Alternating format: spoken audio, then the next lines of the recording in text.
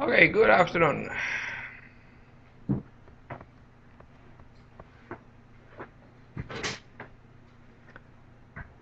So today we talk about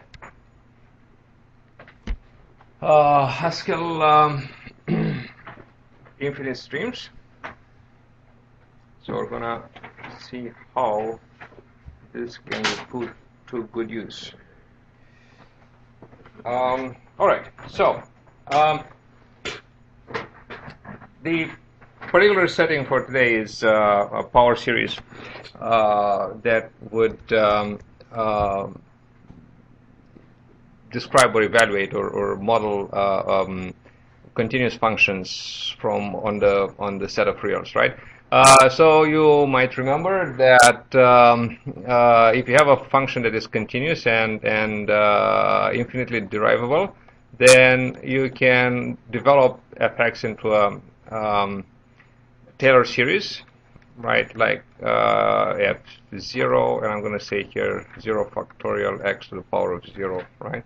F derived once applied to 0, 1 factorial x to the power of 1 plus f derived twice applied to 0 divided by 2 factorial x to the power of 2 and so on, right? So hopefully you remember this. You could use, instead of 0, you can use any other point around which the function is derivable. And if we look at these coefficients, they are constants, right? And there's an infinity of them. But if we have all of them, if we know all of them, we essentially have an exact formula, an exact expression for fx. Right. So what we want to do today is, and the advantage of having this format is that it's a polynomial, right? So polynomials are very well behaved. We know how to, for instance, integrate, derive. We can perform a lot of operations on polynomials. So this is what we want to do today. We want to encode a polynomial like this, which is infinite in nature, as an infinite stream of Haskell numbers.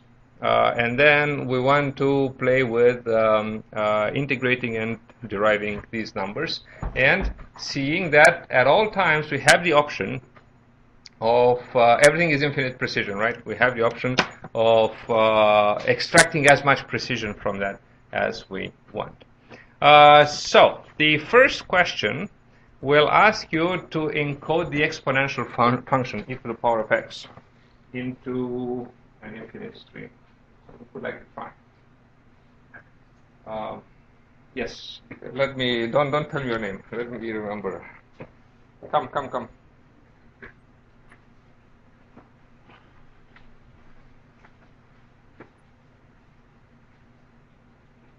Sit down. Go ahead.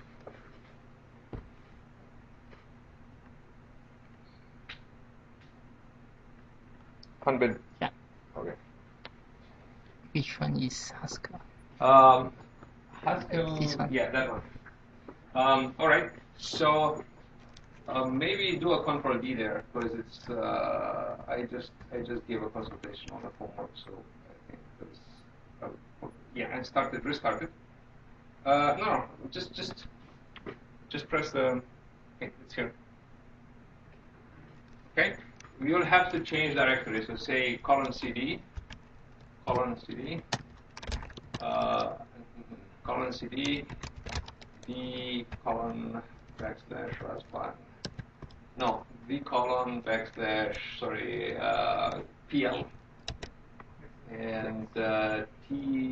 /t08.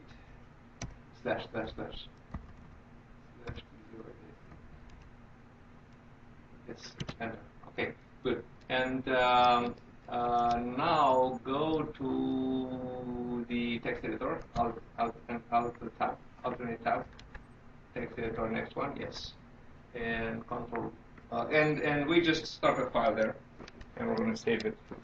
So let's do the first thing, exponential function. Q, you're not coming. What happened last week? Have you been here?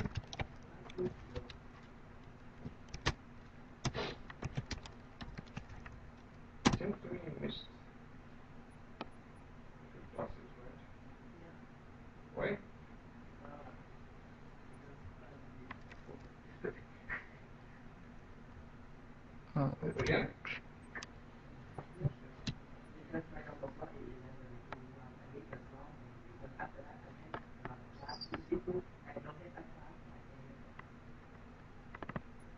So, I mean, like you overstep or what? What do you mean you missed the class?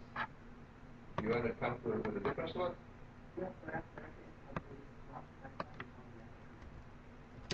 Yeah. So do you want to change that? If you can make it from 11 to.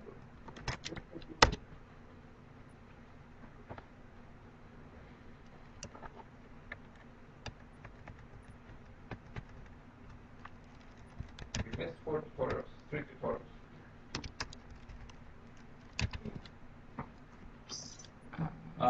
Column log.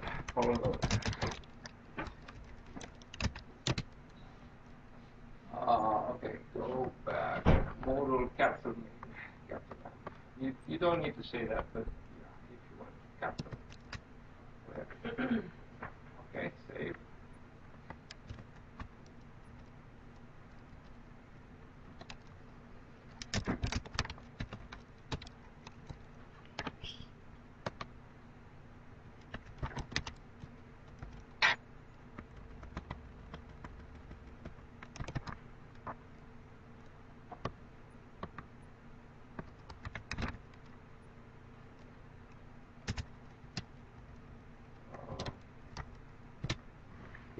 Okay, that's a good solution actually.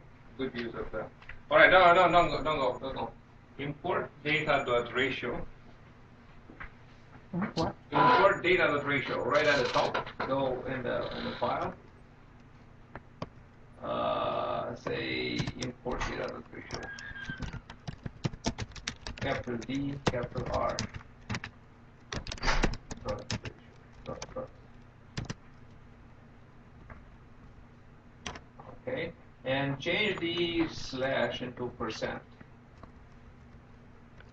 This So one? percent, yes, that one. Change it to percent. Percent is division between fractions, so it keeps infinite precision fractions, right? So it still means division, but it won't actually perform the computation and give a real number, but it will be quoting as.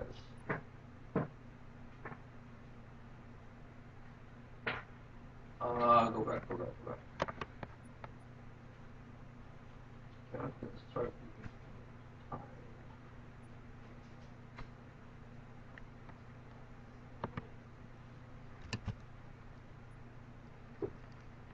the okay, no, sorry. Say slash. Say slash. Hmm? Say. Slash. Not percent. Delete the percent, replace it by slash. And then what do we do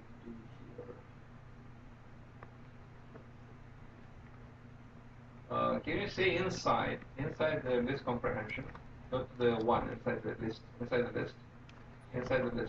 Inside.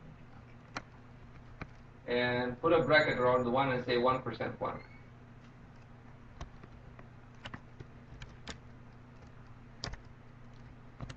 And 1% 1. We want all right. And now Ctrl S save it.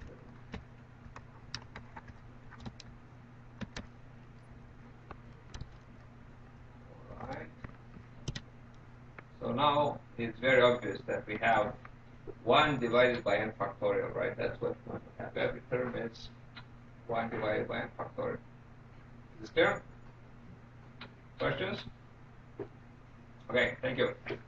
So remember, percent.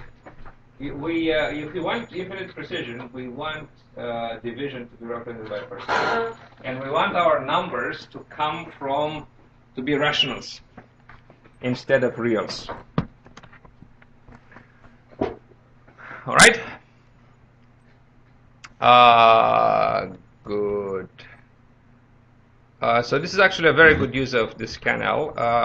I'm scanl1. What does scanl1 do? We should have explained. So if yes. It takes the most left-hand side list of the element, then use the function, use the first argument as the function, then you do first element, then the function, then the second element. So if I put a plus and list 1, 2, 3, 4, what do I get? 1, 3, 6, 10.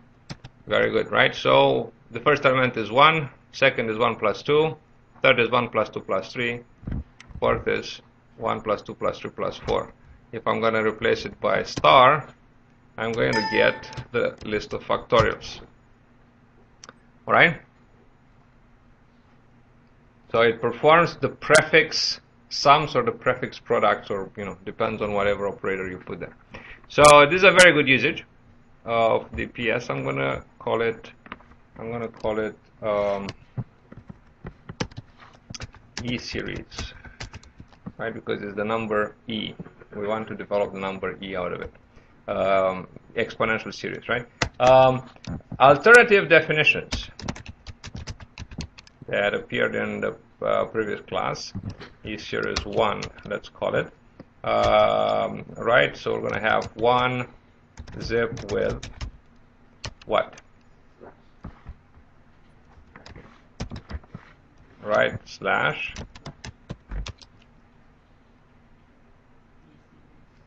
E series list. So let's keep it 1%, 1. Okay, so that's an alternative solution. Very good. That appeared in the previous class, and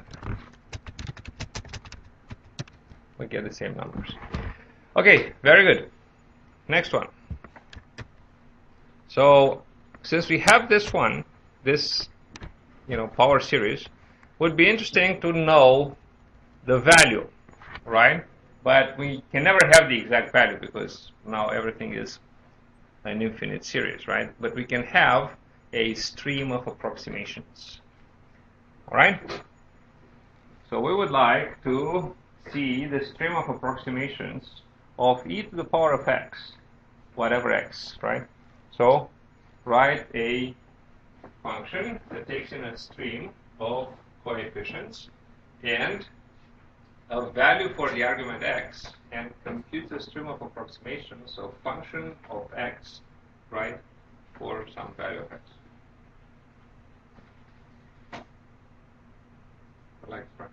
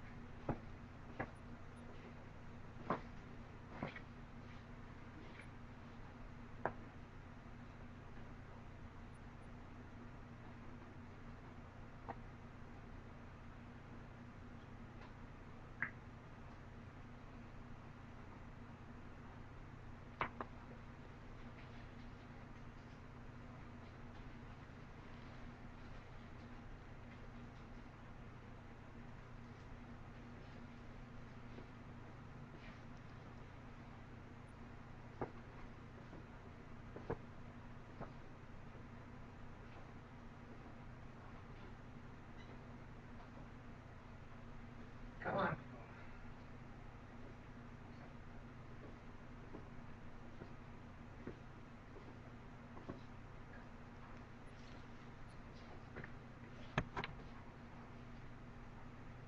Hugh, since you haven't answered for a long time, do you want to try this one?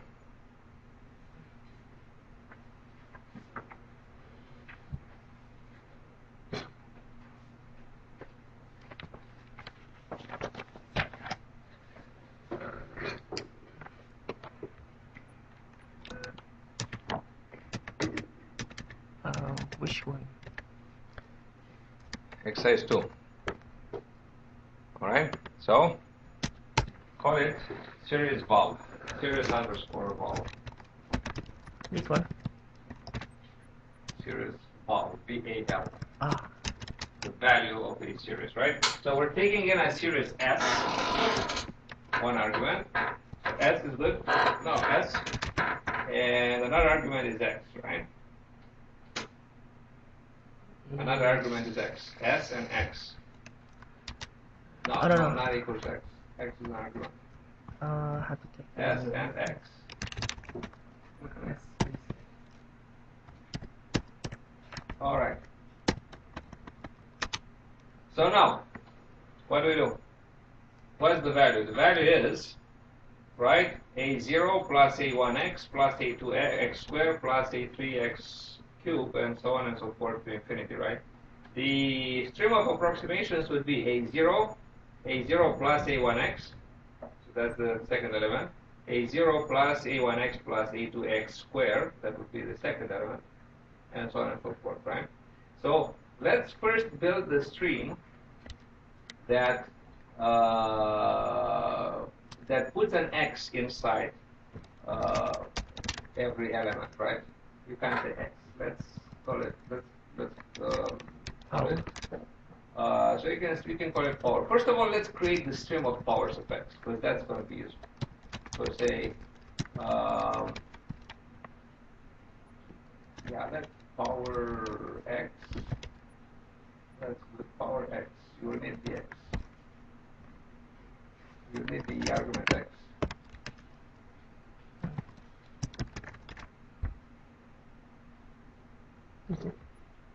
Oh, I think that's fine. Okay. Map x power. Good. All right. So let power. Then let polynomial. Let's call it let polynomial. POL.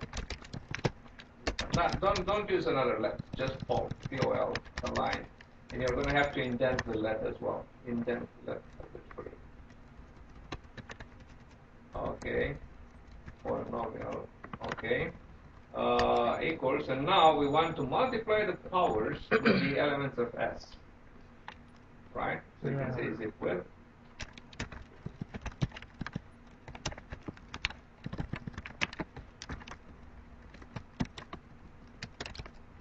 Okay. Good. S and power, right? Not X, S. No bracket, no equal bracket. Now I can say in, and we can give the solution. The solution will depend on a function that you've seen before. Scan L. Scan L, yes. So add Scan L plus add 0. Equal. What? Of the stuff we've defined already. Scan L. All. Oh, Okay, very good. Let's do this. we need to close. No, no. Save.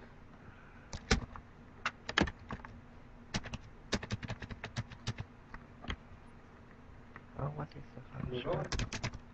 Huh? Reload. How to Repeat the load command. You need a colon. Just press arrow up. Arrow up. Again. No, you're not. Okay. This one? Yes.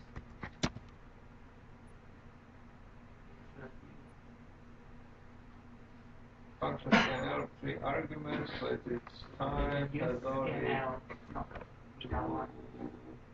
Oh, you don't need the 0 for scan L. Scan L needs the 0. Scan L1 doesn't need the 0. Scan L1 will take the 0 from.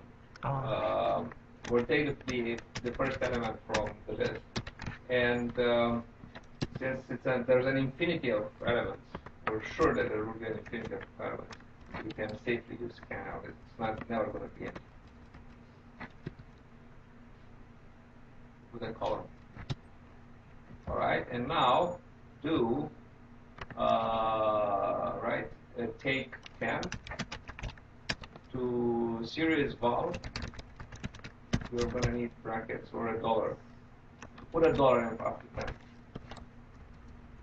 Put a dollar sign. Yeah. series valve,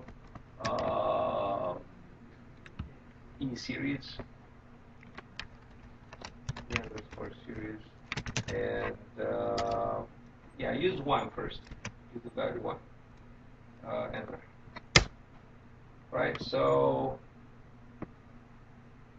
these would be the values for the approximations of the number E. But we're not used to see them as fractions. We know the value of E to be around 2.78, right? So let's see leave it the way it is. So repeat the command, because it was good what you're doing. But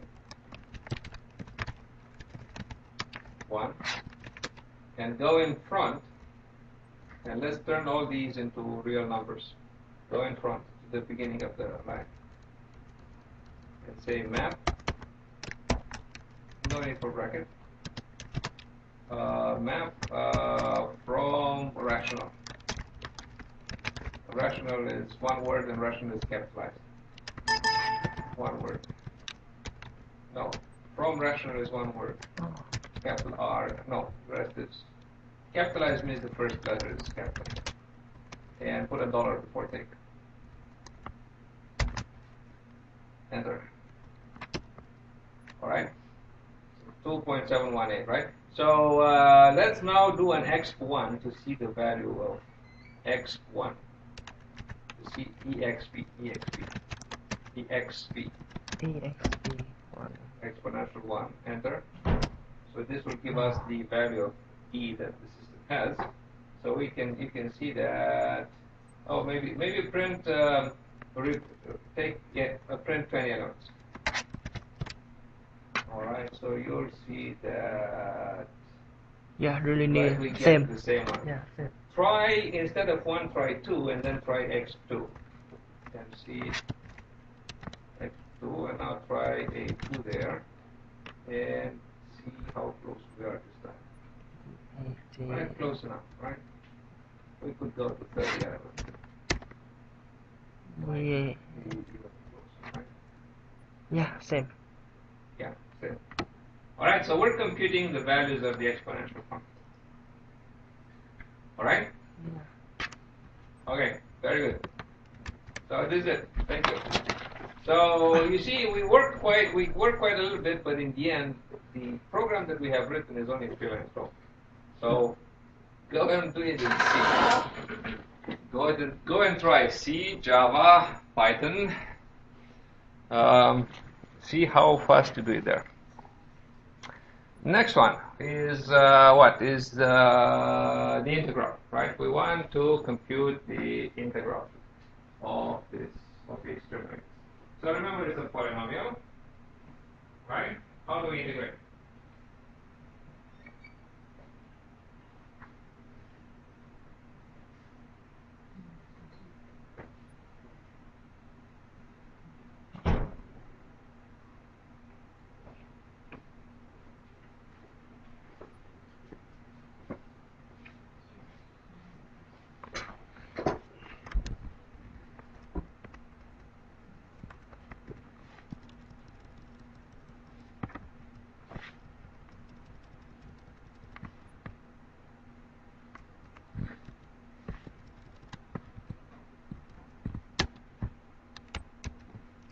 How do we integrate?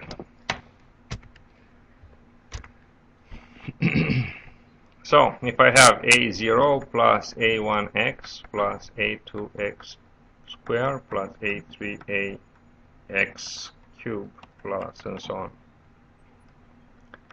Integral. Right, so a0x. Is there anything else in front of it?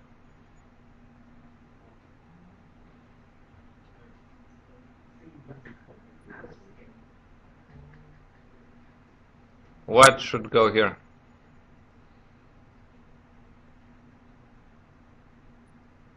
Okay, you tell me later. Plus?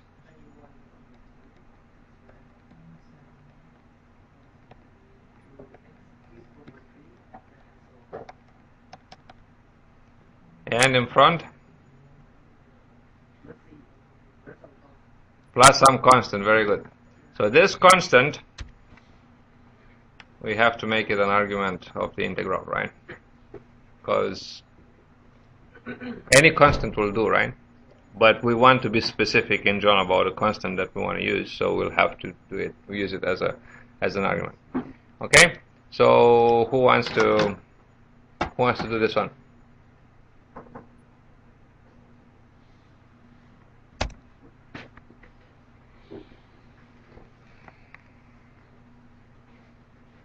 Come on, people, don't be so lethargic. Is it because you had lunch, or your stomach and brain can't function simultaneously, huh?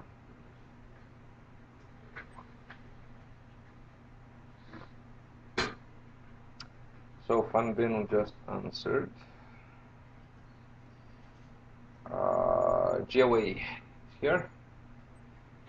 Try.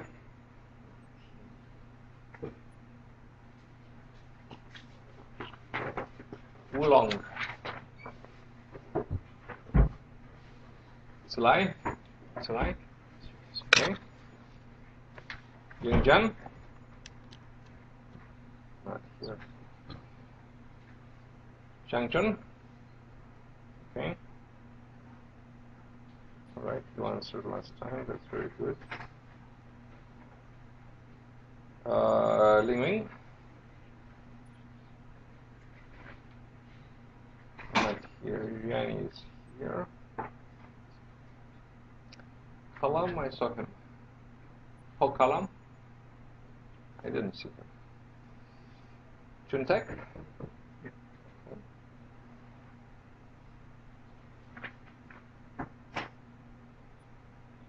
Gabriel? Okay. Chantal? Benedict is here. Arnold is here. That's it. Okay, so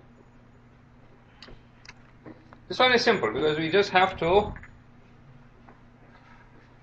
The first element is going to be, so let's write the name of the function, integrate. We take a series S and a constant C, right?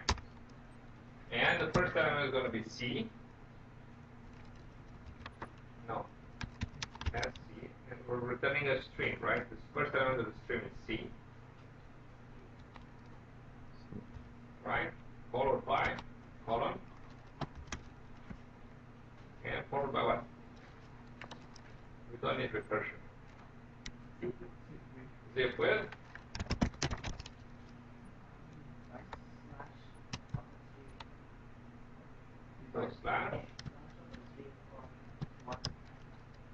slash in brackets.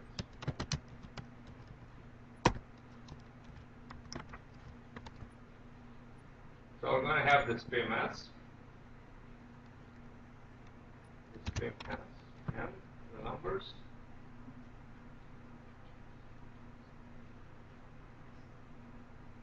One to infinity, right? So we want to write the 1 in its rational form, 1% 1. So as to be sure not to lose precision. Okay, zip with, I'm not sure whether it needs brackets, might need brackets.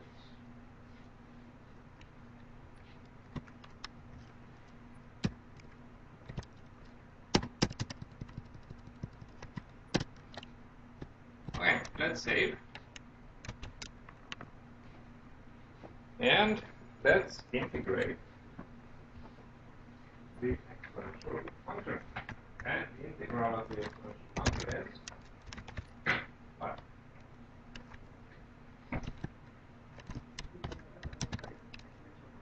The same, right? So it's the only function which, when derived and integrated, returns itself. You should not leave a space at the beginning of the line. Pascal as Python, as well as Python are indentation sensitive, white space sensitive. So integrate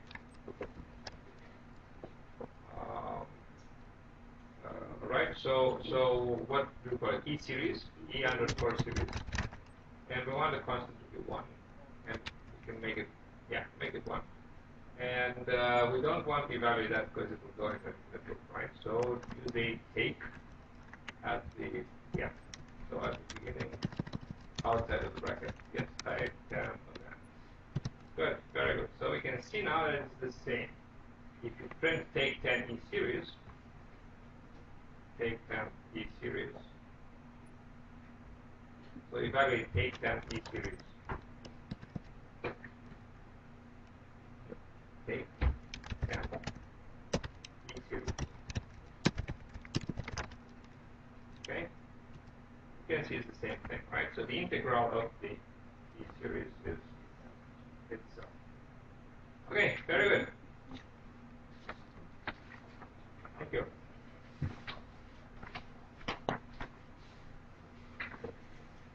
How about the next one, which is the derivative? So it's sort of the dual.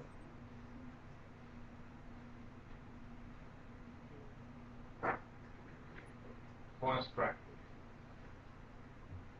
You? No, I tried already. You tried already. Let's allow somebody else. Construct.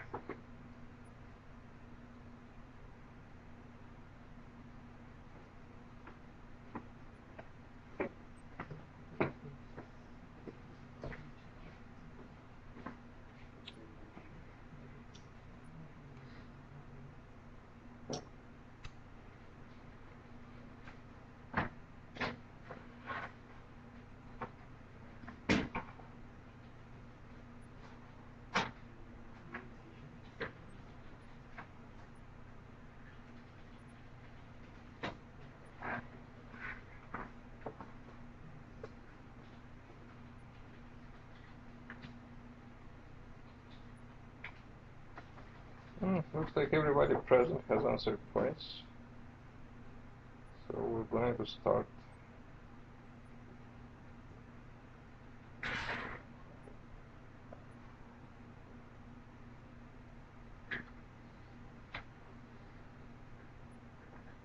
Asking people to answer the third time. Gabriel, we haven't answered since week 6. How about you do this one?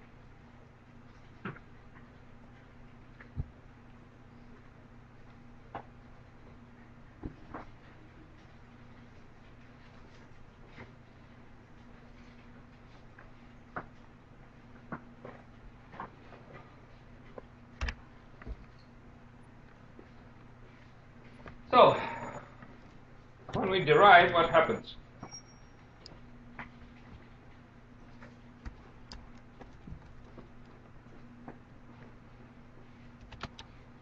We'll say derive as, do we need a constant this time? No. No, any constant becomes 0, right?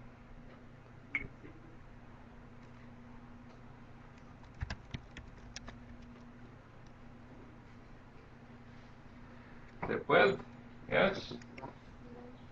So, derivative is what? So remember, we have a0 plus a1x plus a2x squared plus a3x cubed plus so on and so forth, right? A0 derived is? A0 derived is 0. A1x derived is a1. A2x squared derived is 2a2x, right? So the coefficient will be 2a2. 3x cubed, sorry, a3x cubed derived is 3a3x squared. Very, very, very good. So we zip with what? We zip with multiplication, right? With star. Very good. S or what? Is it S or what? What is it instead of S? Tail of S. We lose the first element, which is 0 by derivation, right? So a1x derived is a1. That's the new free term, right? So a0 is lost. We have to do tail S, right? So tail tail. S. Yeah, so tail S, brackets around tail, not around S.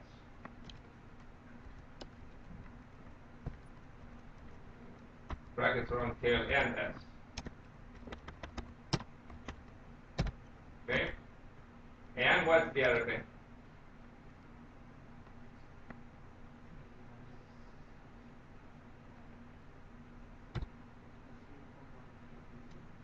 Sorry.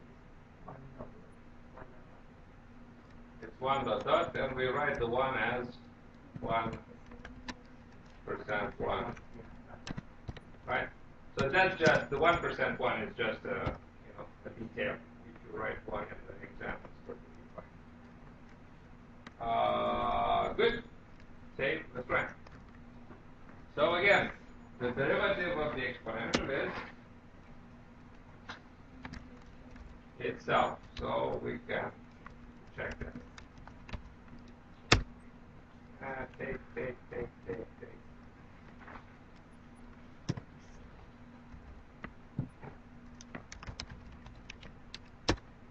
Take $10. Brackets. Did I tell you what the dollar does? Okay, so we can check again. It's the exponential. Okay, thank you. So did I tell you what the dollar does? Yes or no? No.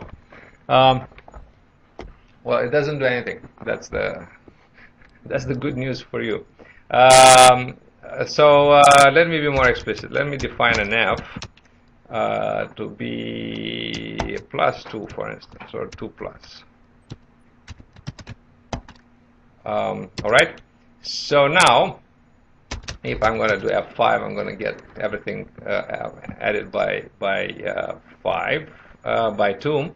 So let's say I apply f to 3 times 4. Right, so the strange thing is now that we're going to have 2 plus 3, everything multiplied by 4, because as I was telling you, there is an application operator in between a function and its first argument. It's invisible, and it's the tightest operator possible. So whenever we have an application like this, this is how the evaluation goes. If we want to apply f to 12 to 3 times 4, we need to put brackets around 3 and 4. And then because of this reason, often we have too many brackets. You have already noticed that, right? We tend to have too many brackets because of this evaluation strategy. So then Haskell, the Haskell people came up with this very strange, very kind of strange but cute idea. They define dollar to be an operator that's simply a visible application operator. Instead of the invisible one, we have a visible one. So f dollar argument is the same as f argument. But the precedence of dollar is the lowest possible. Instead of being the highest possible, it's the lowest possible. So now, if I write f dollar 3 times 4, all right, because dollar has low precedence, right, the system will evaluate 3 times 4 first, and then apply f to 3 times 4, and we sort of save a pair of brackets. Okay? So dollar is just an application operator that is visible. Doesn't do anything different from the invisible one, but has lowest precedence, so it saves us a few brackets. Is this clear? So all the previous expressions that we have used, like this one, we could have very well replaced it by something like this, where we just use an extra pair of brackets, exactly the same meaning, right? So always either be careful about your brackets or be careful about using your dollar signs. Is this clear? All right, last one. When you write f prime, right, where by f prime I mean f derived, equals f, right, what is this?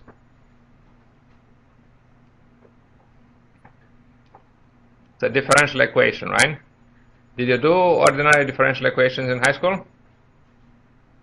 You must have, right? So the unknown in this equation is what?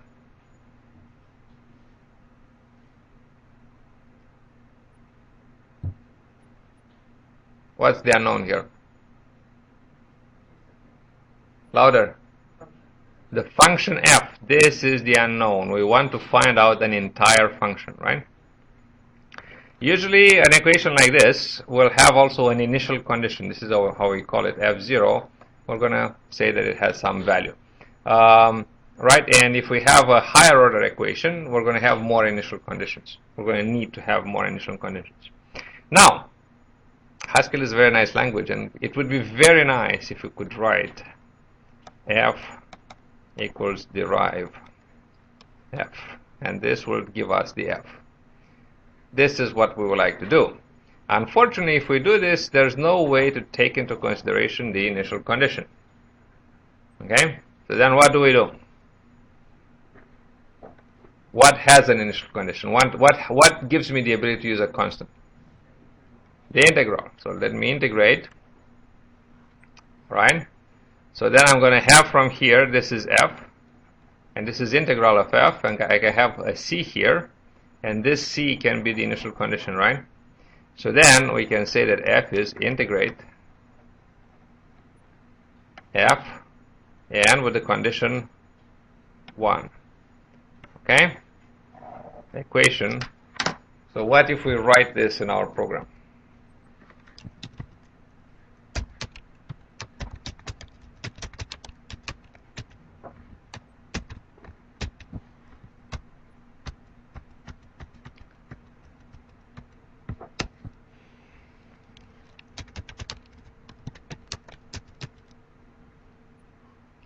So it solved it for us, right?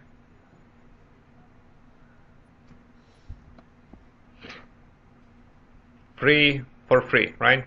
Free differential equation solver. Well, it only works for the ordinary ones, right? For the ordinary linear ones. Actually, they don't have to be linear. It won't work for partial derivatives, for instance. But the ordinary ones, depending on how you can couch the solution, it will work in general. Okay, so now we've seen the exponential function too much, so it's sort of clear that that's what's going to happen. So the more interesting question is, for instance, can we define sine and cosine as results of a differential equation, and sort of have sine and cosine for free, almost for free?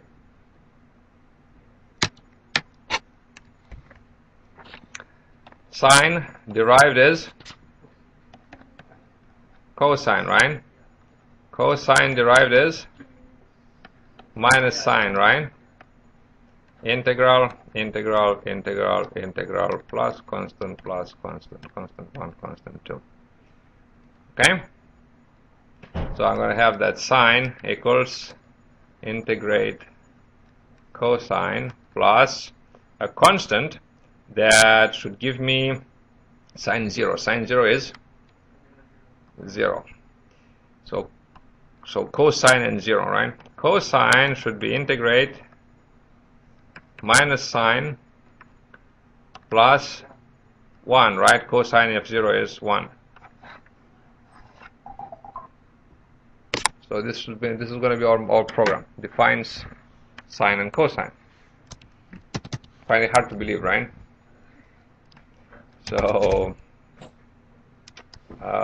sine series and cosine series will be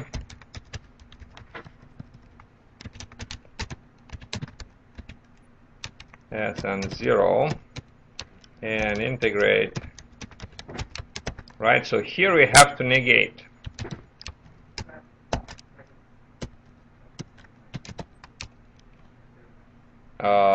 sine s and 1.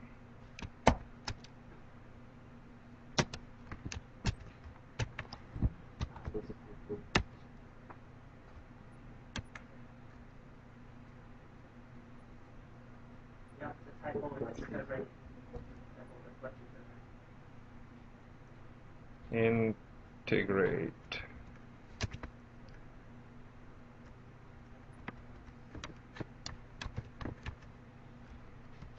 All right. So we can do take 10 just to see what they are. All right. So you can check the. So this will be the Taylor series of the, right? But the more interesting thing is to check their values for various arguments and check them against the functions, the predefined functions, and see how well we're doing, right? So what was the series val, right? So and we can, I think, map. So map from rational, right? Take, let's put 20.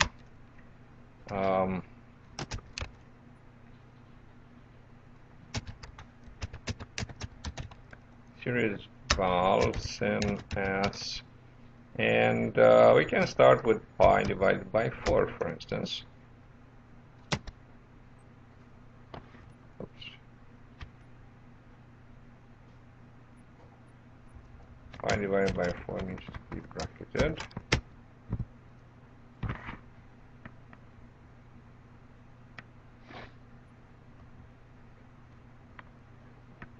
From a use of pi, no instance for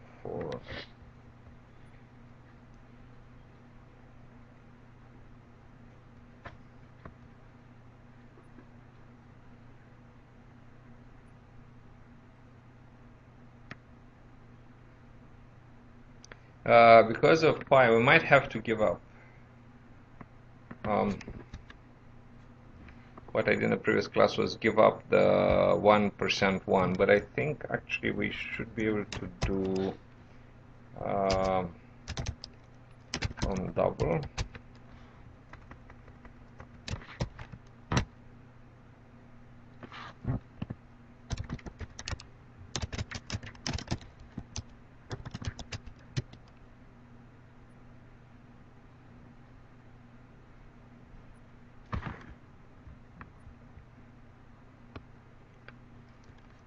Let's try to convert it so we.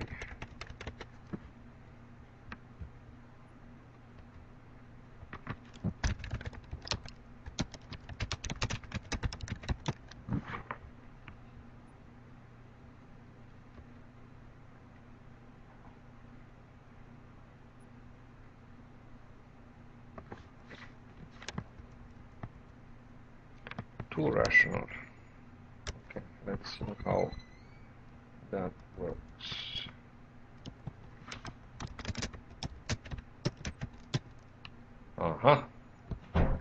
Right, so this is about square root of 2, right? So what we want to do here is sine pi divided by 4, and we can see that we're getting the same value, right? So let's try pi divided by 3, pi divided by 3, and again we're getting exactly the same value here, right? So what do you see here? For cosine,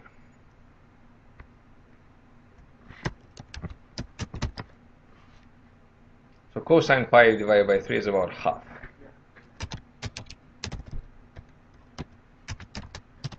Oops. So about the same value. Again, about square root of 2.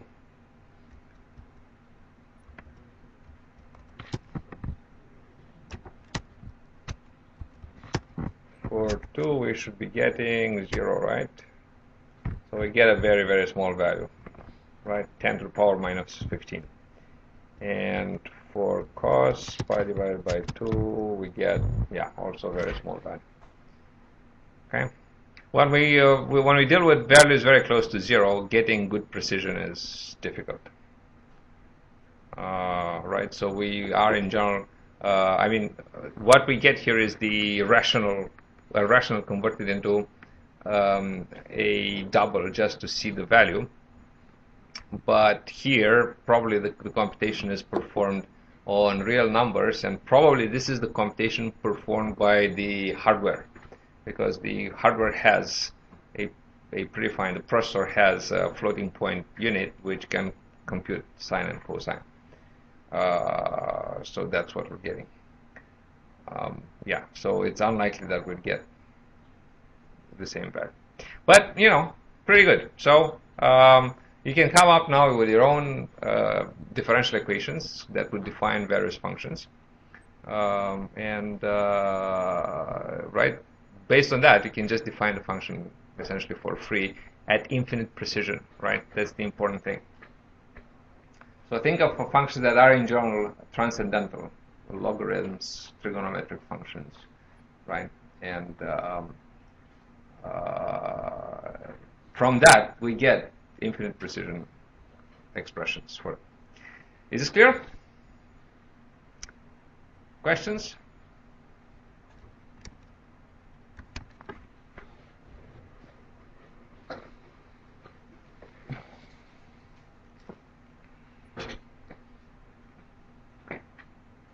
Not? This is it for today. See you next time. Oh, by the way, Friday is a public holiday. I'm going to make an announcement anyway because I forgot to do it last lecture. I should have done it. So I'm going to release a recording. That's how we make up the class. We're not going to have a physical makeup because it never works. I will never, past year's experience, I was never able to find a slot that would make everybody happy, unless it's like Saturday morning. So you're going to get a recording like in the e-learning week. And yeah, that's it. So people were asking, there's going to be 8 PSs. The last one is just a,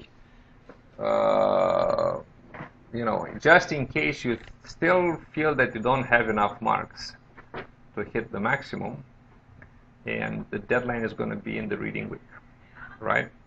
So if you've done your homework diligently till now, you should not need to submit PS8, all right? It's just there to allow those who have not submitted and have not kept up with their work to save them. So plan on not submitting PS8. I'm also looking forward to having because I'll probably be marking that one. The markers will already be in their exam period. So I'm looking forward to not having a lot to mark either. All right. So try to plan not to have to submit PS8. Submit PS8 only if your results have been very bad and you haven't submitted a lot during the semester, and it's you're really desperate for a few more marks. Other than that, yeah, we're going to finish at PS7. So PS7 will be out probably today, and that's going to be the last one. And it's going to be also relatively lightweight. It's not going to be very heavy. Because exams are approaching. Have you finished your midterms? Midterms. You're not going to have a midterm with me, but the other classes, have you finished your midterms? Yeah. So, the heavy work was towards the beginning of the semester. Now you'll get to, if you have submitted your homeworks diligently, now you should be enjoying a bit of relaxation, right? So the load is going to go down. So PS7 is also going to have 1 or 2 questions, not more than that. The grade book, the marks that they show 3 marks for every question. Yes, but because it's easier to grade that way, and it's easier to compare. Yeah, but then that's going to be that's going to be used as a weightage, right? So every mark is going to be, right, so let's say we have a question that is 7 marks, right? So if you got 1, 2, or 3, you're going to get 1/3 of 7, or 2/3, or 3/3, But so to that is going to the penalty for late submission is going to be applied, if any, and also the 75% for collaboration is going to be applied. All right. So, but because it's easier to avoid discrepancies between markers if I just allow them to. They're students like you, right? They're probably 1 or 2 years older than you. You're going to be like them soon. You're going to get into your 4th year and you're going to come to me and ask for teaching assistantships, right? So then you'll be on the other end. Now you've been like shouting at them, how do I only have this many marks? Now you're gonna be shouted at. So you'll see how it is. So anyway, it's easier, right? That's why I created this scheme. It's a lot less contentious. Before that, when I would allow them free range, they would go. Some of them, they will of 7 marks, they would go and a word like 3.25 or 4.25. So I would look at the question and I would say, how do you know that it's not 4.5 and it's 4.25? And of course, there were people coming. I had the same solution as my friend, and then he gets 4.25 and I get 4.75, and they demanded for equality. So the 1, 2, 3 scheme is just making things a little easier from a marking point of view. But the problem sets are for you to learn. The marks are just feedback. So if you're doing it for the marks, you're doing it for the wrong reasons. Because hopefully in the end everybody's going to get almost full marks. That's clear to everybody, right? Focus on learning so that you can use that knowledge in the final exam. That's where it's going to be really important. Okay, good. See you next time. We still have like 3 more weeks, right? We still see each other three more times. Okay? If you encounter questions, Google Talk me. Find me on Google Talk. Wish more of you did.